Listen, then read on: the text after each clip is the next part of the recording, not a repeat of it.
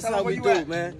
I'm in Patterson Projects for those who want to know. You know what I'm saying? Ain't nothing but Billy Stones and everything else that you better leave alone out here, you heard?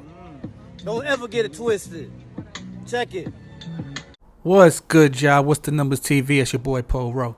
Make sure you subscribe to the channel if you're not subscribed already, and like a video if you appreciate the content that Paul Rowe and What's the Numbers is out here provided. Today we back on the profile piece.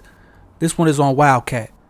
In this video we're going to talk about his upbringing and early years coming of age in New York City, and some of the things he did that will lead him to start being incarcerated from a young age. Then we'll focus on the story of Wildcat becoming one of the first Spanish Bloods in New York, and some of the things that made him a legend in the prison system. After that, we will highlight Wildcat's journey once he was released from prison and his entry into becoming a YouTuber after doing an interview on a well-known platform, before finally breaking down the situation that currently has Wildcat back in jail serving a 26-year sentence. Wildcat, real name Marco Almonte, is from East New York, Brooklyn / Richmond Hill, Queens, and spent time in both places throughout the years. He was a disruptive kid in school and used to get in trouble a lot, to the point his mom felt she couldn't handle Wildcat and sent him to live with his grandmother at 9 years old, but he would still be back and forth to his parents' house as well.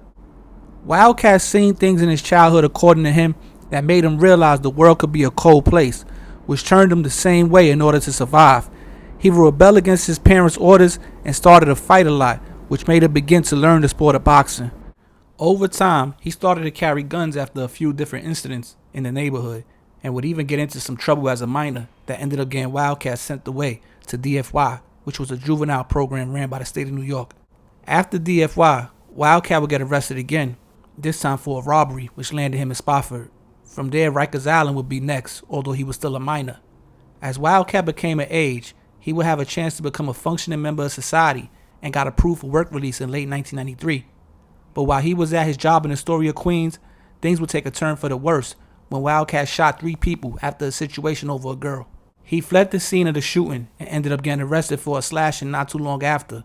While in court for the slashing, he will be charged with the shooting, and after sitting on Rikers Island for a while, he ended up getting found guilty and sentenced to 10 years in prison. But before he got sentenced in his shooting case, Wildcat became a member of the Bloods in late 1994, early 1995. He had already been making a name for himself while on Rikers for the different fights and cuttings he had been a part of while he was sitting up waiting the outcome of his case. Word started to get back to OG Mac, who was the founder of the New York Bloods, that Wildcat was putting in a lot of work. OG Mac was going around recruiting some of the wildest inmates on Rikers to go against the Latin Kings and Nietas, who some say were oppressing black inmates at the time. Wildcat, although being of Spanish descent, decided to become a part of the Bloods in an effort to stop the oppression that was taking place.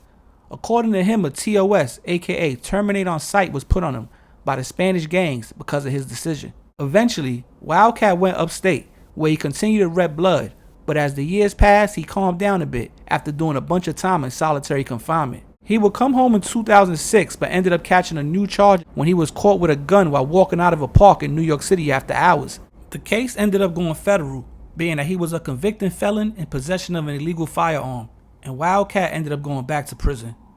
Throughout the years, Wildcat distanced himself from the Bloods and was no longer an active member. He was released from the feds in March of 2019, right in time for the OG New York City Blood Frenzy that would hit YouTube, courtesy of Queens Flip and the Flip the Script podcast. Queens Flip, along with his co-host, DJ G Money, had found a nice lane on YouTube by interviewing OG Blood members from New York City.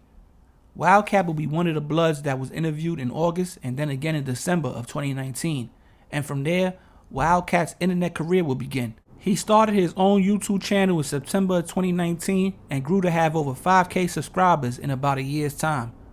But just as things were starting to look up for Wildcat, everything came crashing down when in October of 2020, Wildcat was arrested in upstate New York and charged with felony kidnapping that stemmed from a domestic incident. He was sitting in jail till his trial in April of 2022 and ended up being convicted on felony charges of kidnapping, strangulation, and criminal contempt, along with a misdemeanor assault charge. From there, Wildcat's sentencing would take place in August of 2022, where he will receive 18 years in prison, but that sentence will be raised to 26 years for certain reasons. Wildcat is currently 48 years old. But yo, it's What's the Numbers TV. There's a quick profile piece on Wildcat, OG Wildcat, real name Marco Almonte, out of Brooklyn / Queens, first generation blood, well known in the New York State prison system, back in the New York State prison system as we speak. Now, there was a video of him talking to the cops that was released. Some people calling Wildcat a rat for that video, where he was talking about the girl's father who he got into it, had some guns or came to harm him or did harm him. You be the judge. You could go punch it in on YouTube. It'll come up. You go make your own decision. Now, the situation stems from a relationship he had with a female he was dealing with. Now, he had talked about her highly on the Queen's Flip interview. She been all over his channel. They done content together. I don't got to say her name. You guys can look her name up if you want to go find out, because I don't know who was right, who was wrong in this situation. But, people like Killer Kev and certain dudes was telling him he need to get away from her. But who knows what went down that day. I don't know. I wasn't there. But you could go check it out and do some more research if that's what you want to do. But it was somebody that he'd been dealing with. I guess that's who he was upstate New York with, staying with, working, trying to get his life together after just come home from jail in 2019. He lasted a little over a year on the streets before he got locked up again and sentenced to all his time. Now, I do remember hearing something about that he had some type of like appeal emotion, or he had some type of rhythm when it came to that. I'm not sure. I couldn't find the article or the video where it stated that. But I do remember it. When you look his name up on, the New York State inmate locator, it says out for court. So I guess he's still dealing with some type of charges, or maybe he's back in court trying to get some type of time reduction or appeal. I'm not sure. But that's what it says when you type his name in. And on that note, man, there's just a profile piece on OG Wildcat, first generation blood, came home, kind of went viral with the whole blood movement that went crazy during the pandemic and all that, when Queen's Flip was interviewing all the New York State Bloods. And back in jail, man, 18 years, bumped up to 26 years. So if he comes home, he'll be like 60, 70 years old. Right now, he's 48. And it's just a sad story. But, everybody got to be held accountable for their own actions, man. Did Shorty lie on him? I'm not sure. There's some people saying that.